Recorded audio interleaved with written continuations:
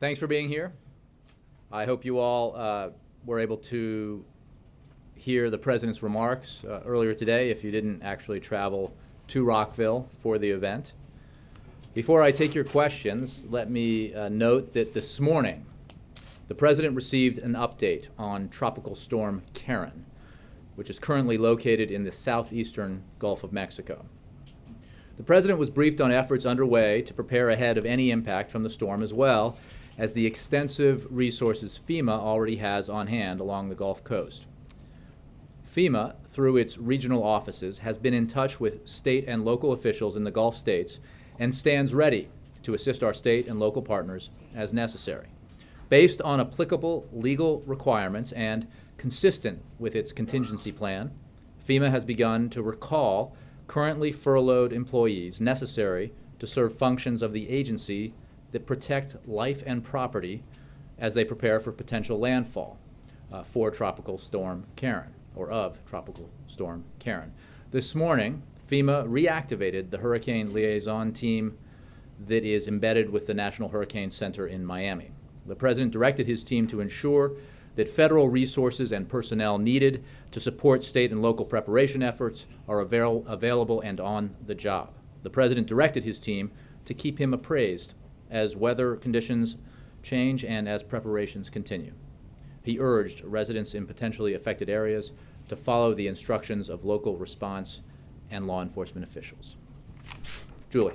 Thank you.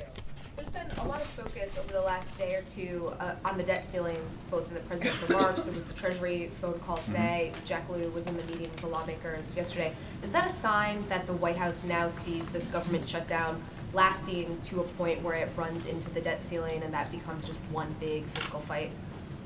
It's a sign that we are very concerned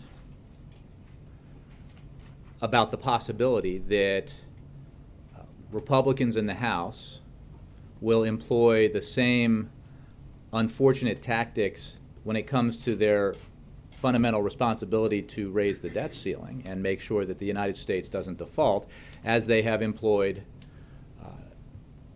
in shutting down the government. And as the President said today, there are many negative consequences of shutting down the government, and he talked about them. And our businesses suffer.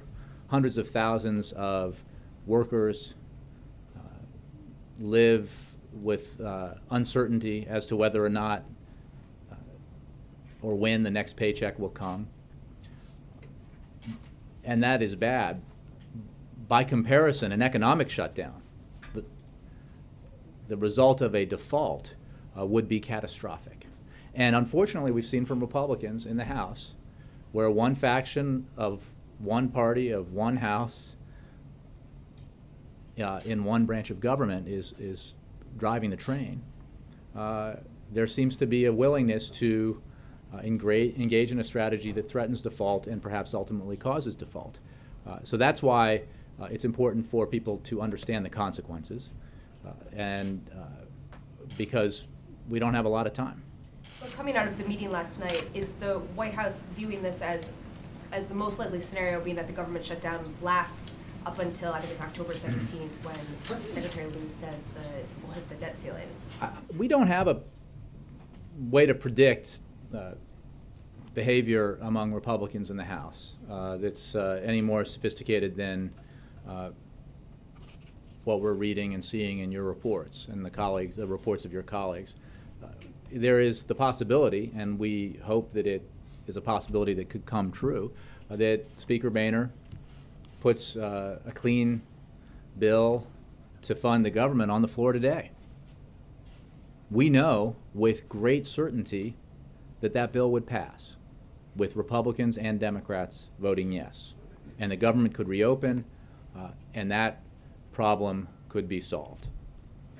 So I don't have a way to predict for you how this will play out, except to say that every day that the Republicans allow the government to stay shut down, they're causing harm to real Americans out there and real businesses that are suffering because of that decision. And again, it was a decision that, as the President said, we've had shutdowns in the past in our country, and they have always been about disputes over spending. What is unique about this one, of course, is that this is about an ideological crusade to sabotage a health care law that reduces the deficit. And that the Republican Party has no prospect of an effort that they have no prospect of succeeding in. The President will not allow the full faith and credit of the United States to be held hostage by these partisan ideological demands. Do you also have any update for us on the President's travel to Asia? And if not, can you give us a sense of when you might have word on that? I don't have an update. As I said yesterday, we are evaluating the President's trip in light of the shutdown, sort of regularly and daily, and as we have new assessments to provide to you and information to provide to you, we'll do that right away. As of now, we are where we were, which is that the back-end stops have been canceled, but if and when more information becomes available, we'll make it available to you. Yep. But how can the President even be contemplating still going on that trip when things are so uncertain here? Well, again, if the Speaker of the House allows a vote and allows the majority to speak, the government will reopen right away. And obviously that would affect the way we determine presidential travel. So, and it is absolutely an important aspect of the presidency that he or any of his successors be able to travel to help find markets for our American goods and find investment here in the United States from our foreign competitors and partners. So that's what this trip is about, and it would be certainly a welcome thing if the Speaker were to allow a vote in the House so that a majority of the House, Democrats and Republicans, could reopen the government. There have been reports just today that Speaker Boehner has said that he won't let the nation default. And I'm wondering if that's something that he expressed in the meeting last night, or if the White House has any comment or takes any insight from these reports. Well, we provided a readout of the meeting, and I've noted in the past that Republican leaders have long said that they wouldn't allow a default, but they allowed the flirtation with default to occur for the first time in 2011, and the consequences were serious for our economy and for the middle class. And even in the story that you cite, which reports that the Speaker said something privately to Republican members, one of his spokesman was on the record basically reiterating the same list of demands associated with raising the debt ceiling that we've seen in the past. So obviously we support the idea that the debt ceiling should just be raised without drama or delay, and the government ought to be reopened at current spending levels that nobody who understands this stuff would suggest reflect the demands of the President or of Democrats. And then we can get about the business of continuing to discuss and debate and negotiate a broader budget deal. And the President has been willing to do that all year long. He has put on the table a budget proposal that proves that willingness, and he has had conversations all year long with Republican lawmakers who have expressed an interest in finding common ground here in Washington on these very important matters.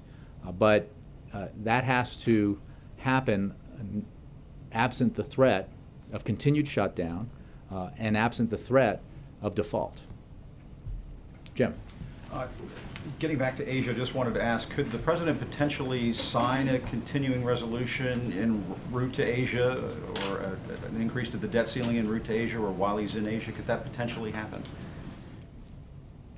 I think there has been, this is sort of a piece of speculation, so unrelated to any speculation about what could happen, because again, we can't predict whether or not the House Republicans are going to come to their senses and do the right thing and open the government and raise the debt ceiling, and when they might do that. But in unique circumstances, a president has been able to sign legislation while traveling. But I'm not predicting that. I'm just saying that for your information.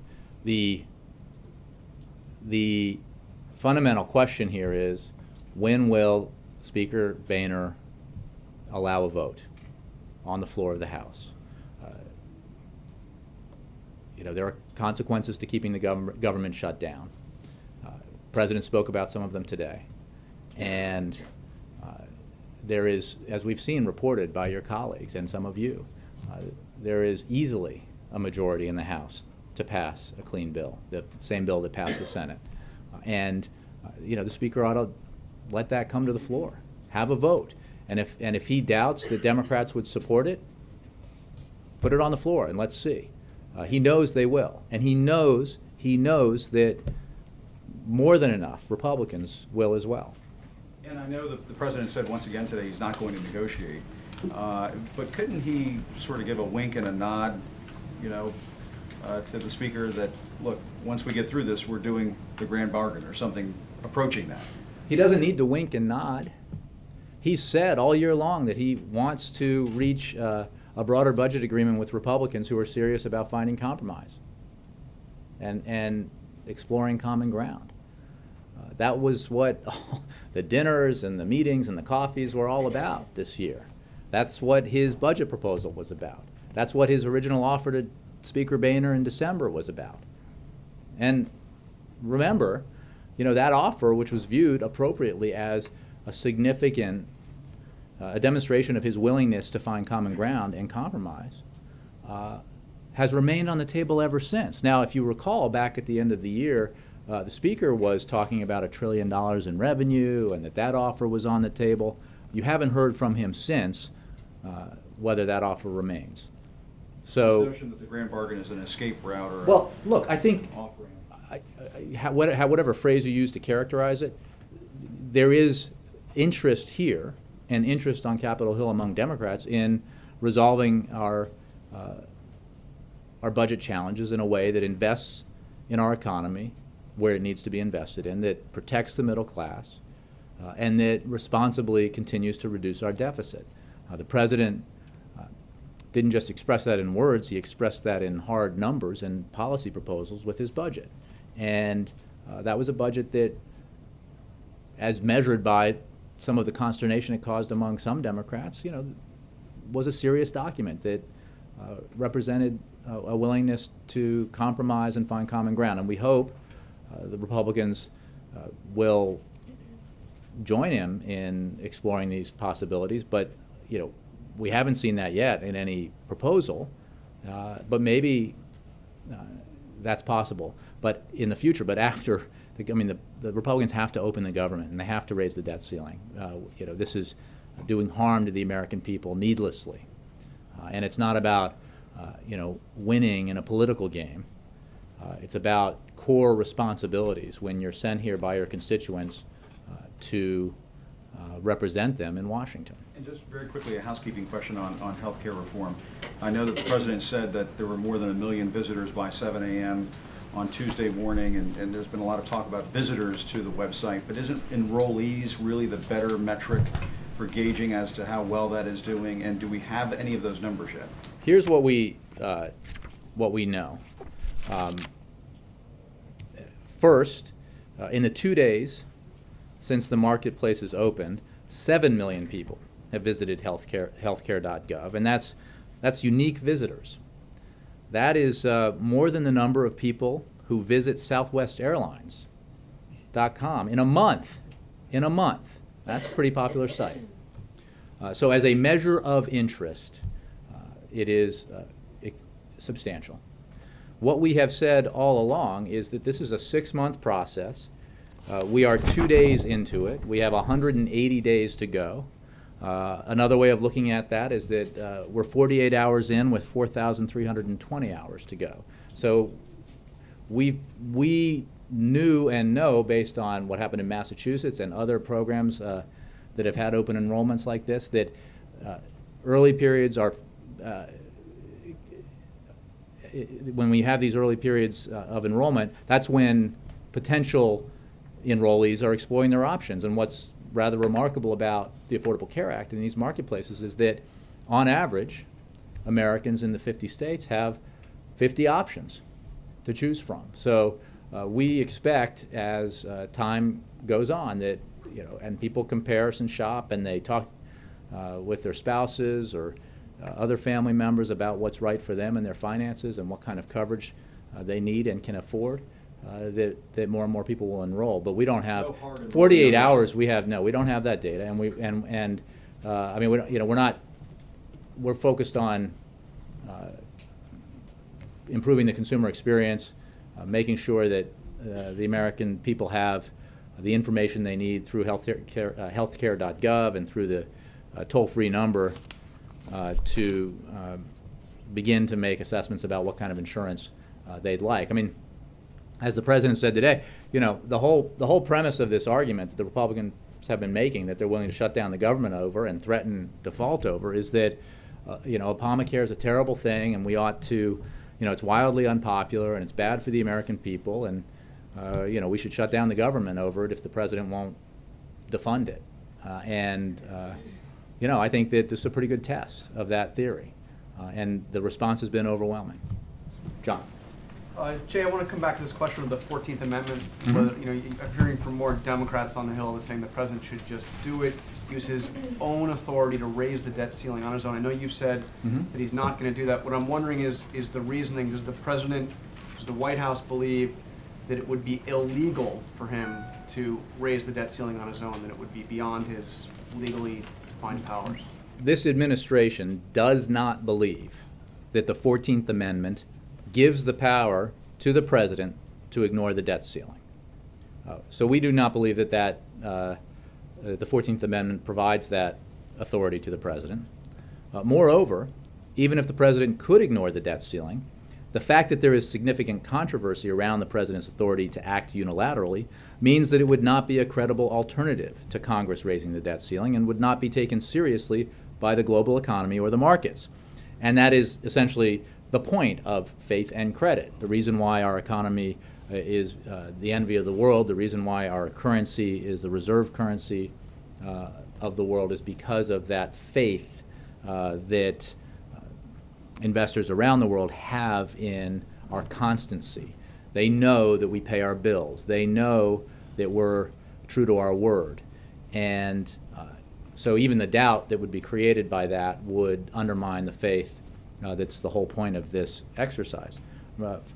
Look, our view is the Constitution gives Congress, not the President, the authority to borrow money. And only Congress can increase the debt ceiling, which is why it's time that they do their job and raise the debt ceiling.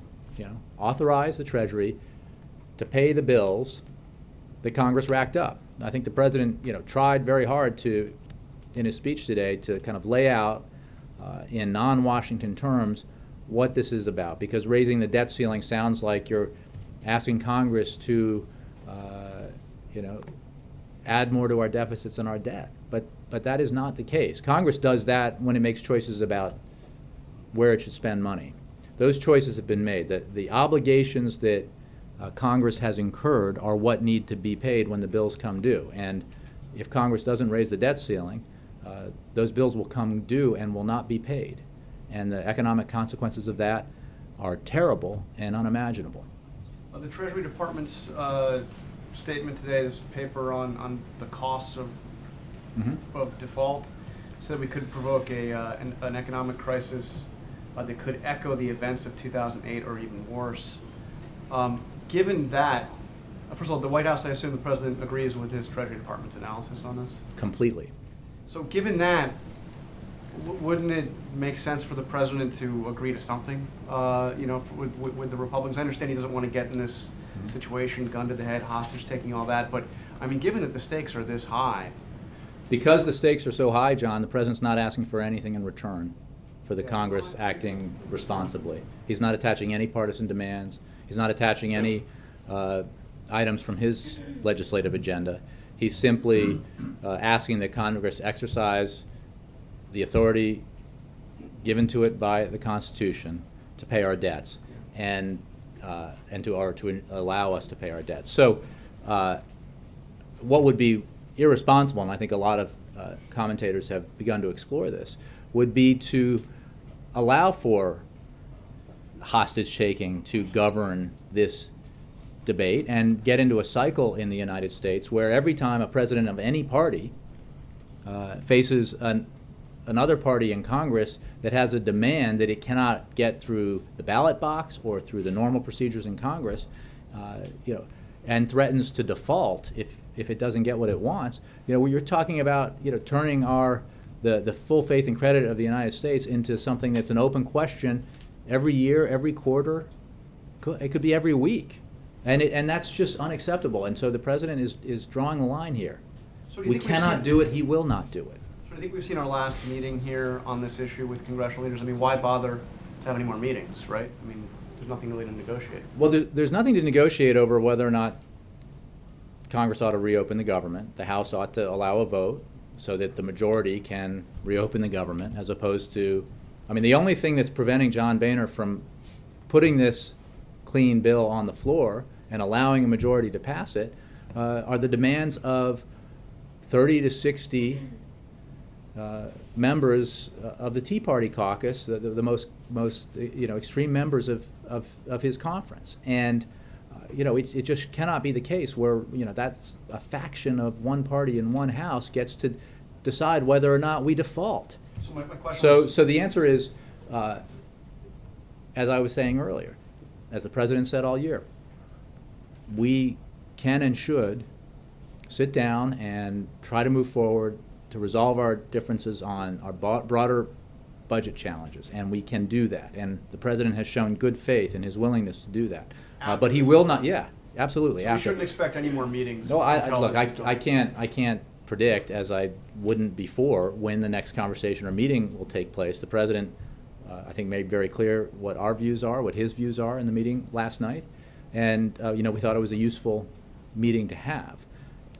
So, hopefully, the Speaker will cut his losses here, and not just his losses, but the American people's losses, and do the right thing and just put it to a vote. Just allow the vote. If they're convinced, as I saw, I think the majority leader suggest, that there aren't Democrats to support this, we're willing to take that risk. We think he's wrong. We know he's wrong. You know he's wrong. The Republicans are there to deliver the votes so that the majority can speak and we can reopen the government. So just Yeah. to clear this up, what the president is willing to negotiate, he's made it clear, you've made it clear, nothing negotiable about as long as the Health Care Act is involved. Does that mean that you have to have a clean CR before he negotiates anything else, or not? Yes. So he's not willing to negotiate anything else? There's not, here's the thing, the government's closed, Bill. All we've said is reopen the government on a short-term CR without any partisan demands associated with it. The short-term CR is based on levels of spending set essentially by Republicans. Some of them have said, that we should call that a victory. Well, maybe they could, but here's, Bill, let me finish. So what you're absolutely right. We are not making any demands associated. We're not saying change the levels of spending. We're not asking to attach legislation to improve our background check system for gun purchases. We're not asking for anything. The president's not asking for anything in return for Congress opening the government and at levels of spending that existed for the past year. So if that's a problem, why didn't they shut down the government in some other way previously? So what if they're asking for something other than the Affordable Health Care Act? Reopen the government on a short-term CR, and we can negotiate our budget and challenges. dropping the tax on, medical devices or something like that. Right. There are two issues here. We're not going to. First of all, that is an Affordable Care Act issue. Secondly, Are you ruling that out? yes. Secondly, Medical device. as a condition of reopening the government, Oh, okay. yes. Oh, What the president has said all along is that he is eager and willing to have discussions with lawmakers of both parties who believe that there are ways to improve the Affordable Care Act, make it more effective, make it more efficient, and better for the American people. And But not he has until no the doubt that there may Republicans be, cave. what's that? But not until the Republicans cave. It's not caving to open the government at levels of spending that you set. Escaping from their current position. Because their current position is to hold the American economy and the American people hostage in exchange for their ideological demands. So, as many Republicans now, my argument is made a little easier here because I'm simply echoing Republican senators, Republican commentators, and some Republican congressmen in calling on the Speaker of the House to allow the House of Representatives to vote, because it's the right thing to do. Because shutting down the government over a demand that they couldn't achieve in Congress, and they couldn't achieve the 40-odd times they've tried to do it since, they couldn't achieve in the Supreme Court, and they couldn't achieve it in an election, is just common sense. So they should just do it, and then we can go about the business of, discussing and debating and negotiating a broader budget This agreement. could go on for a very long time, I guess. Well, it's up to the Speaker, isn't it? I mean, we can't call a vote on the House. If we could, we'd have done that already. And we know a majority would vote yes. So, I think it's worth asking the Speaker, why not let this bill come to the floor to reopen the government and see how it goes. And I think, again, citing Republicans, a lot of Republicans would vote for it, which, if this is all about internal Republican Party politics and job security, I think would provide pretty good cover, even as they did the right thing. And then they should make sure that the debt ceiling is raised, and then we can move on here and stop allowing these wholly unnecessary crises to dominate what happens here in Washington, and we can get about the business of helping the middle class. Okay, just one more time. Yeah. Would the president agree to negotiate other things if the Republicans allowed a vote to come to the The floor? president has agreed to negotiate. Would he agree to negotiate specific items? Well, the president said he's willing to talk about any idea that any lawmaker has when it comes to improving or making more effective the Affordable Care Act. He's willing to have discussions, as he's demonstrated all year long, about how to invest in our economy, invest in the middle class, and have our deficits, continue to be reduced in a responsible way in the medium and long term. And he hasn't just said it, he's put it in writing, and he's put it in concrete proposals that represent serious compromise. And we hope Republicans will do the same. Thus far they haven't, although there are certainly many Republicans who, in conversations with him and with other members of his team, have expressed interest in trying to find that common ground and a willingness to not rule out, the whole idea is you gotta be willing to compromise. You can't stick to your absolutist position. The president's demonstrated that he's always been willing to do that, and we hope Republicans in the future will as well. Ed? Jay, on the debt ceiling, the president said again today that the debt ceiling is only about old spending, using the analogy about you order a meal, a couple glasses of wine, you try to skip out on the tab. To use your analogy about credit cards, isn't it not just about paying the credit card for that meal, but also if the credit card company says, Mr. Carney, we're going to increase your credit limit from $5,000 to $10,000, that then allows you to borrow and spend more money down the road? Only if Congress says so. We know that they're going to, though, since spending has increased Congress, through wait, Republican and Democratic Congresses, but, right? so you say we should default to stop Congress from I'm not saying we should exercising its default. right I'm to just saying, set? you're saying it's only about old spending. It is. No, There is but nothing. It opens the door to new spending as well, doesn't it? What opens the door, the only way to spend money is through an act of Congress.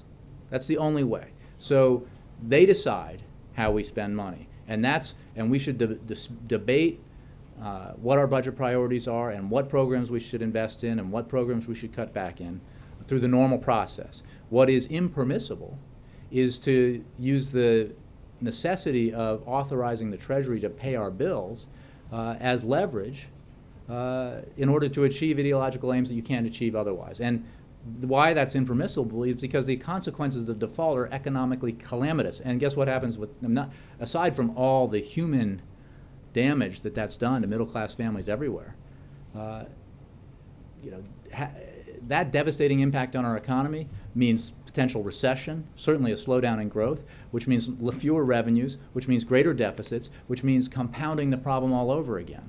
Not even to mention the sort of long-term impact of default on America's standing in the world and America's influence economically around the world. And what you're saying about all the potential bad consequences, on top of that, the Treasury report John mentioned that said the crisis could be worse than 2008. The president tells CNBC yesterday Wall Street should actually be more worried than they are right now. Don't presidents in both parties usually, in times of crises, try to calm the public down? Why are you trying to get the public more scared? We're not. We're just providing them with the Wall basic Street facts. should be more worried. They should. So, but Default that's is- opposite of what you just said. You Ed, said I'm- we're not trying to scare people. Ed, you can go on. I encourage you to test how it plays. If you go on the air and say, America, chill out, default's not a big deal. It is a big deal, and the American people need to know that. Last thing is the president, we're just 2.5 weeks after the Navy Yard shooting, and he used this analogy today about putting a gun to someone's head in negotiations, putting a gun to the American people's head by threatening a shutdown.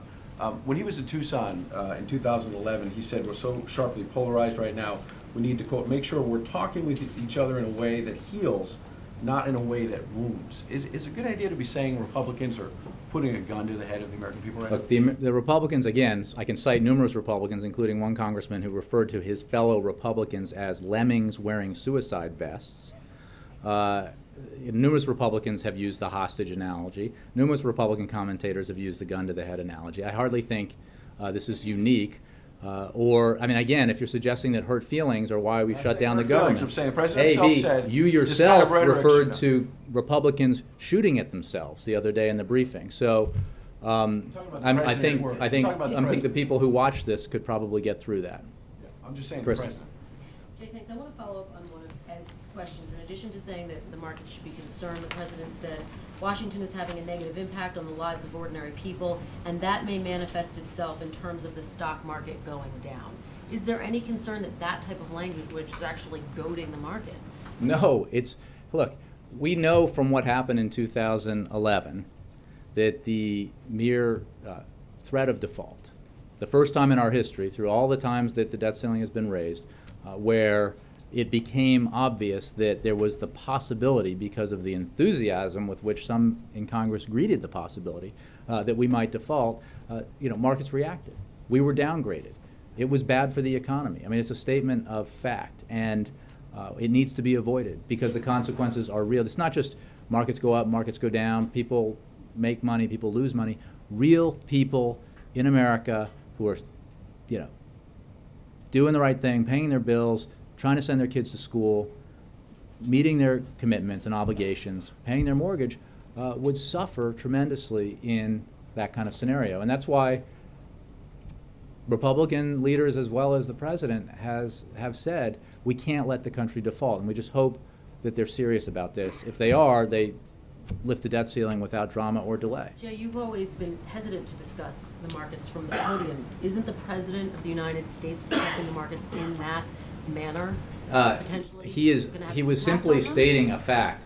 In 2011, when Republicans flirted with default, there were negative consequences, many of them. Slowed down growth, slowed down job creation, a hit to the markets, and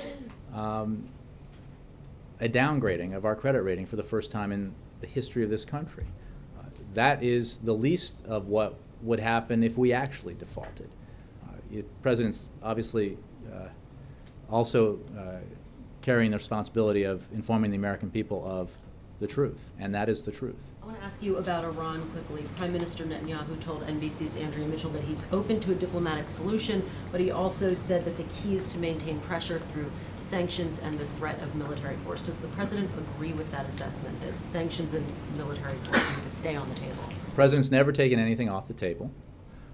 It is because of the president's policies and the positions that he's taken and the diplomatic work that he's done that we have the most comprehensive set of sanctions in history imposed on Iran. And that set of sanctions and the impacts that it has had are the reason why we are where we are.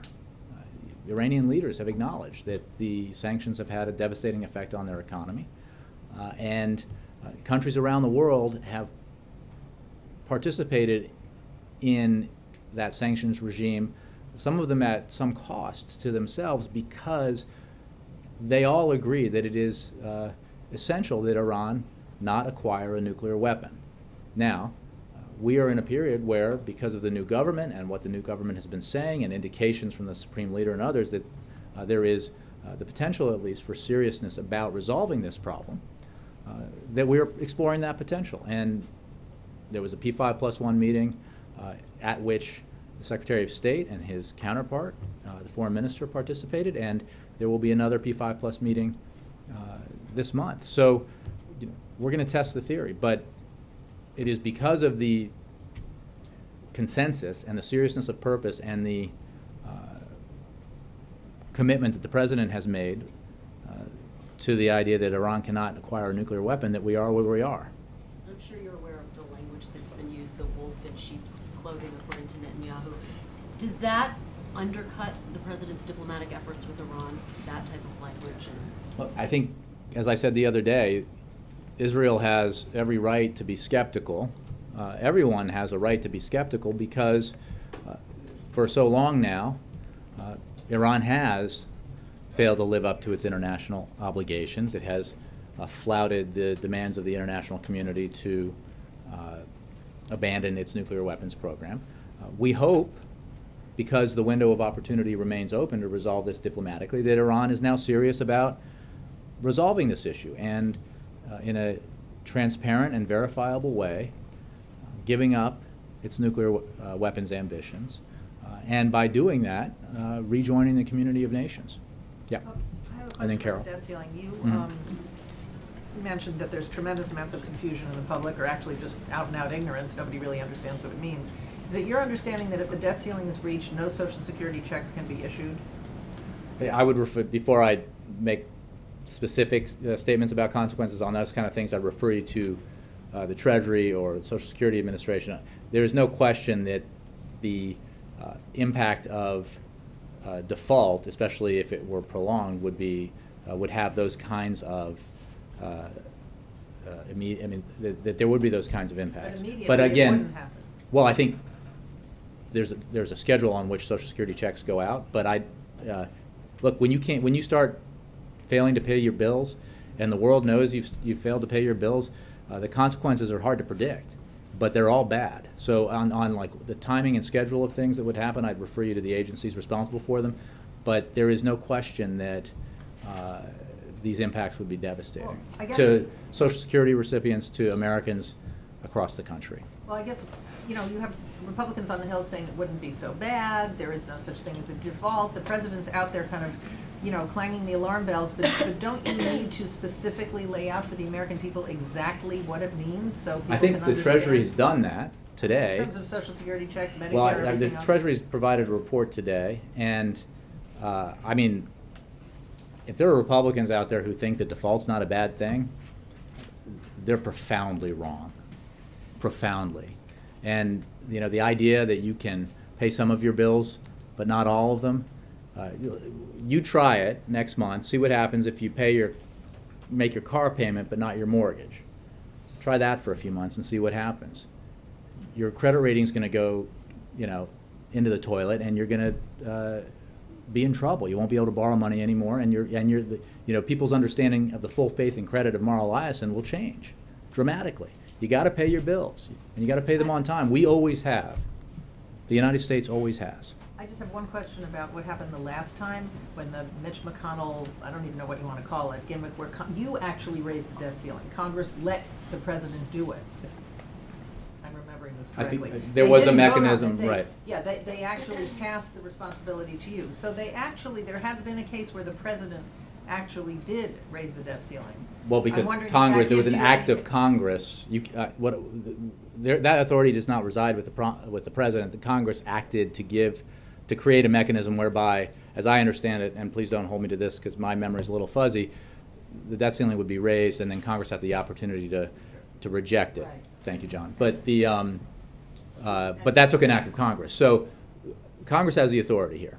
Congress needs to raise the debt ceiling, pure and simple, because default is an unacceptable outcome. John. Oh, sorry, Carol, then John. I did say Carol before, sorry. What result was the president trying to achieve when he said that Wall Street should be more worried? When he had a conversation with CEOs here in town for the Financial Services Forum the other day, yesterday I think it was, he and they noted what the terrible impacts of default would be, and I think that what the president was conveying today is that people need to understand that this isn't just political theater here, that as we're seeing with the current shutdown, it is not entirely clear who's running the show in one house of Congress.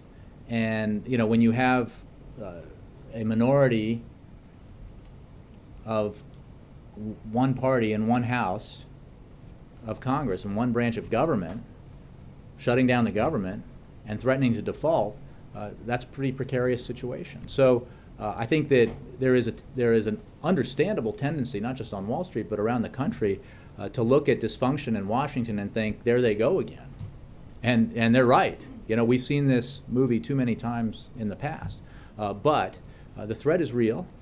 Because we're so concerned about the tactics that Republicans have shown themselves willing to use in the past and right now with the shutdown and the refusal to open government over, you know, because of not being able to get their partisan demands, you know, we're now concerned that this will play itself out again when it comes to Congress's responsibility not to default, not to allow the United States to default. So the president's message, I think all of us, you know, need to be aware that this is not, you know, that I don't want to offend Ed here, but that, you know, people are playing with live ammunition, and you know, these are serious matters, and that's why it's so important not to, like, on some things, like there are political fights all year long in Washington, but some things you can't mess with.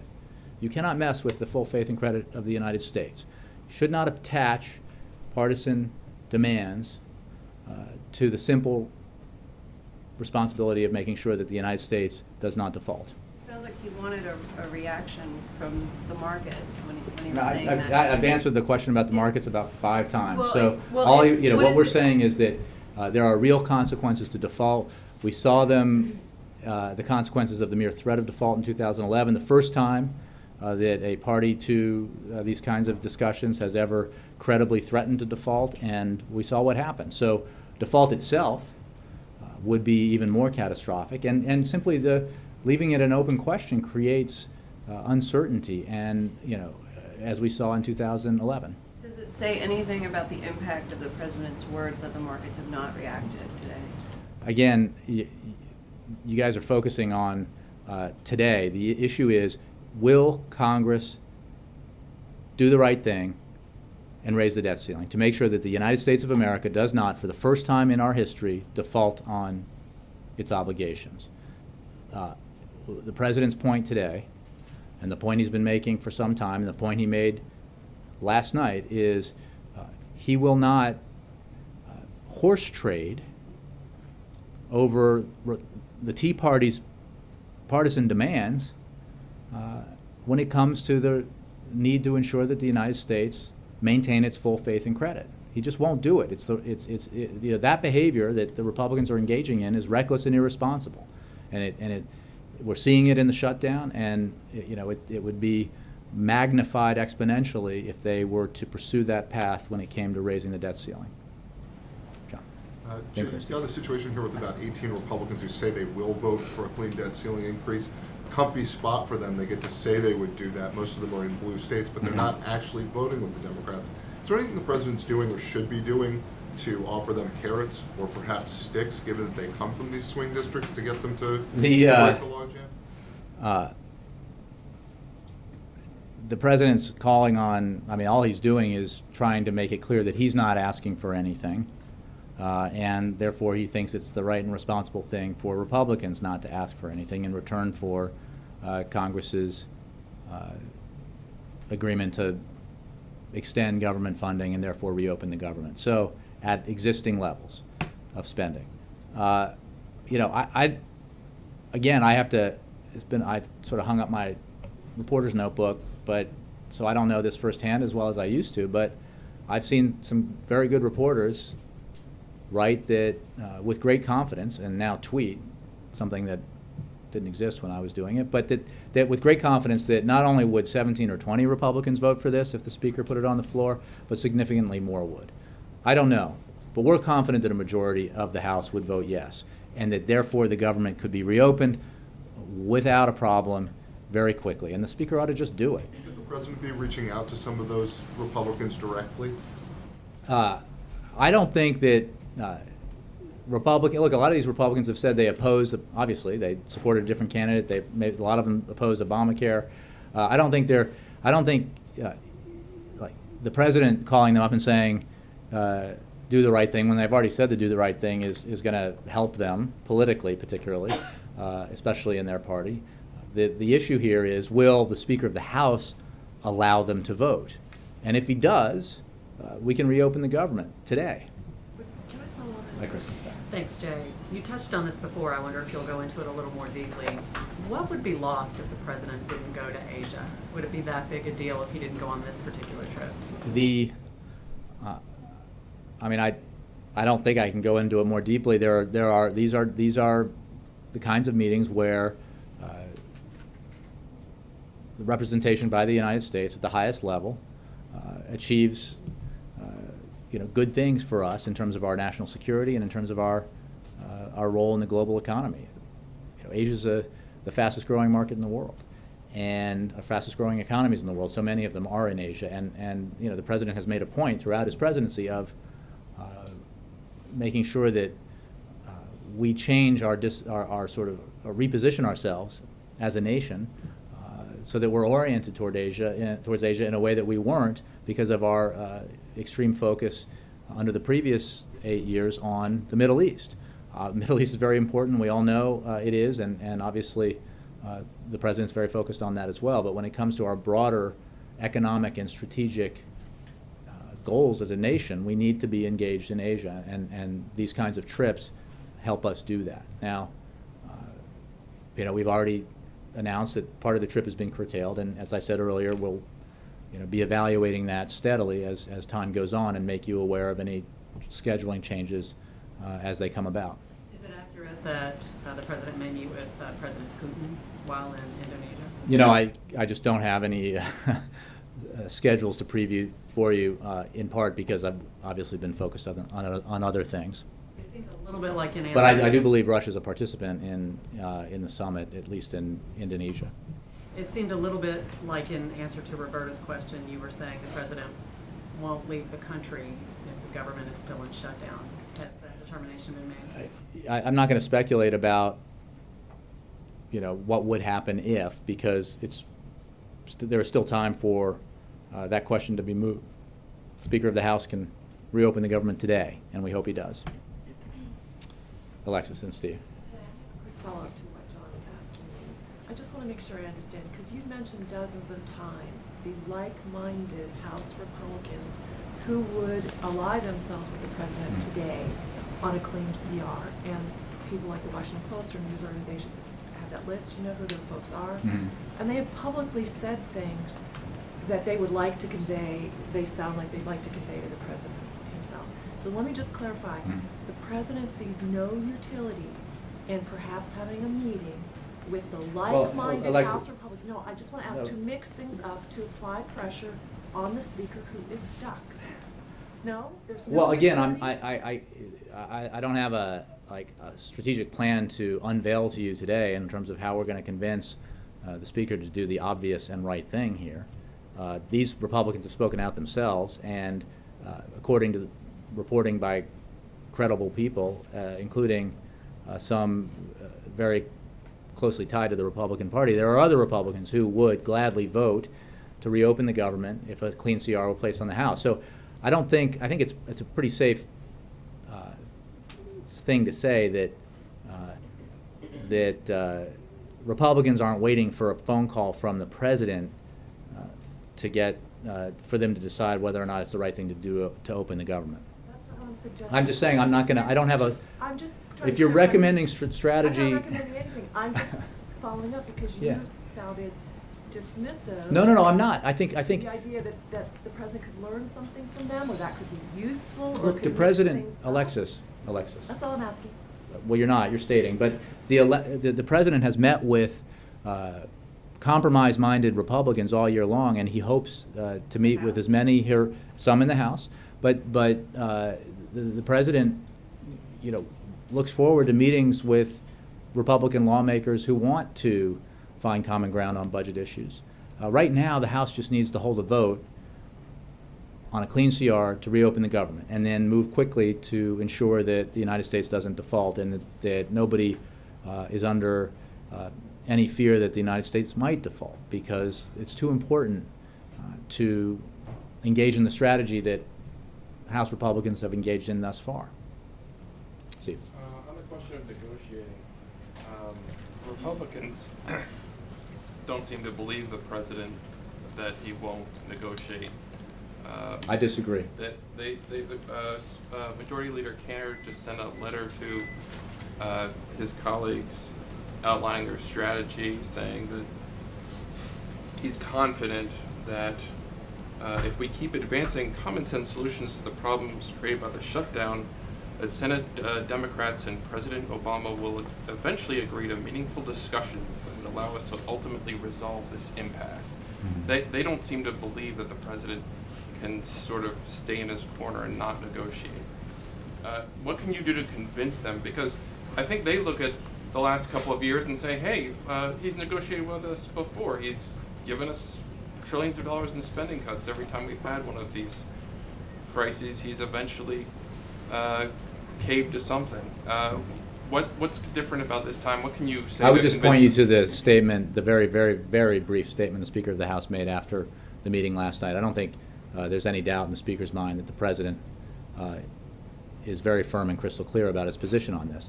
Congress needs to do the right thing, open the government, make sure the United States will pay its bills, and then we can move on and in a responsible way continue to discuss and debate and negotiate a broader budget deal. That's it.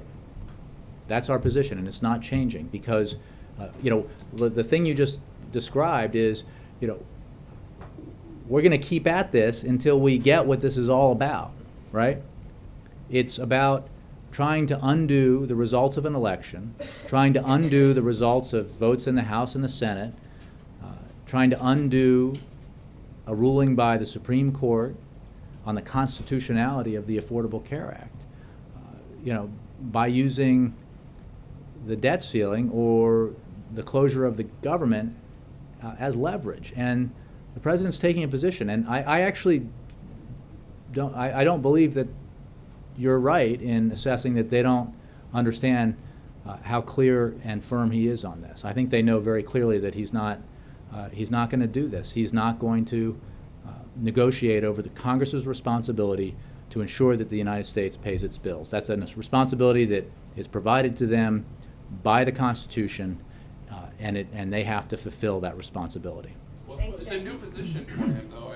It's a new position to say, I'm not going to negotiate over a CR. These are, you know, did the president learn something from the last few years where every time, you know, he's complained over and over again, we have a crisis every 3 months.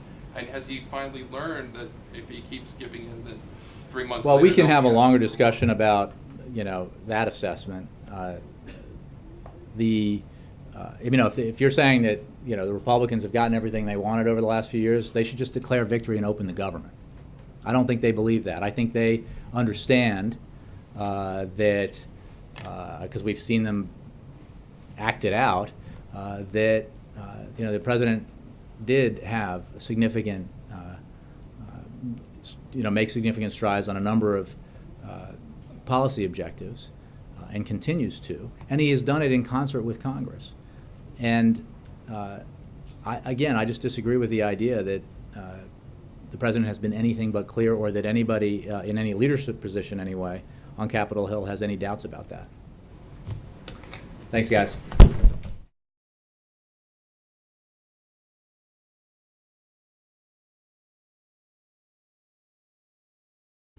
Republicans in the House will employ the same unfortunate tactics when it comes to their fundamental responsibility to raise the debt ceiling and make sure that the United States doesn't default, as they have employed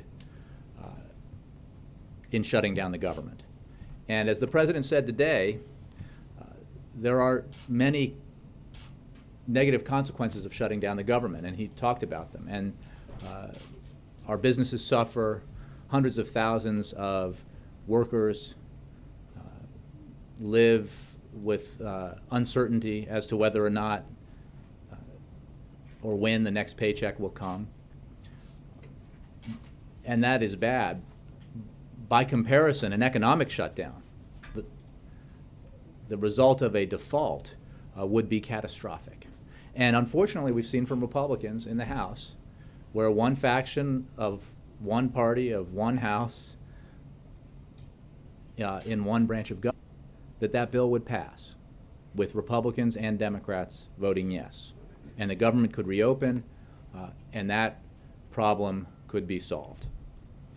So I don't have a way to predict for you how this will play out, except to say that every day that the Republicans allow the government to stay shut down, they're causing harm to real Americans out there and real businesses that are suffering because of that decision. And again, it was a decision that, as the President said, we've had shutdowns in the past in our country, and they have always been about disputes over spending.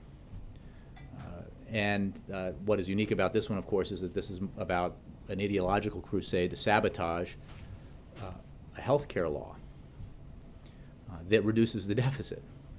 And that the Republican Party has no prospect of an effort that they have no prospect of succeeding in. The President will not. Government is driving the train.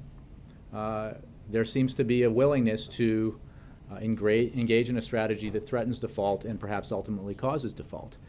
So that's why it's important for people to understand the consequences, and because we don't have a lot of time.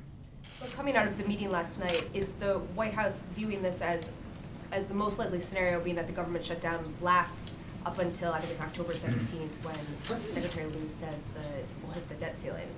We don't have a way to predict behavior among Republicans in the House that's any more sophisticated than what we're reading and seeing in your reports and the reports of your colleagues. There is the possibility, and we hope that it is a possibility that could come true, that Speaker Boehner puts a clean bill to fund the government on the floor today. We know with great certainty Karen, or of Tropical Storm Karen. This morning, FEMA reactivated the hurricane liaison team that is embedded with the National Hurricane Center in Miami. The President directed his team to ensure that federal resources and personnel needed to support state and local preparation efforts are available and on the job. The President directed his team to keep him appraised as weather conditions change and as preparations continue. He urged residents in potentially affected areas to follow the instructions of local response and law enforcement officials. Julie. Thank you. There's been a lot of focus over the last day or two on the debt ceiling, both in the President's remarks. There was the Treasury phone call today. Jack Lew was in the meeting with the lawmakers yesterday. Is that a sign that the White House now sees this government shutdown lasting to a point where it runs into the debt ceiling and that becomes just one big fiscal fight? It's a sign that we are very concerned about the possibility that, thanks for being here. I hope you all were able to hear the President's remarks earlier today if you didn't actually travel to Rockville for the event.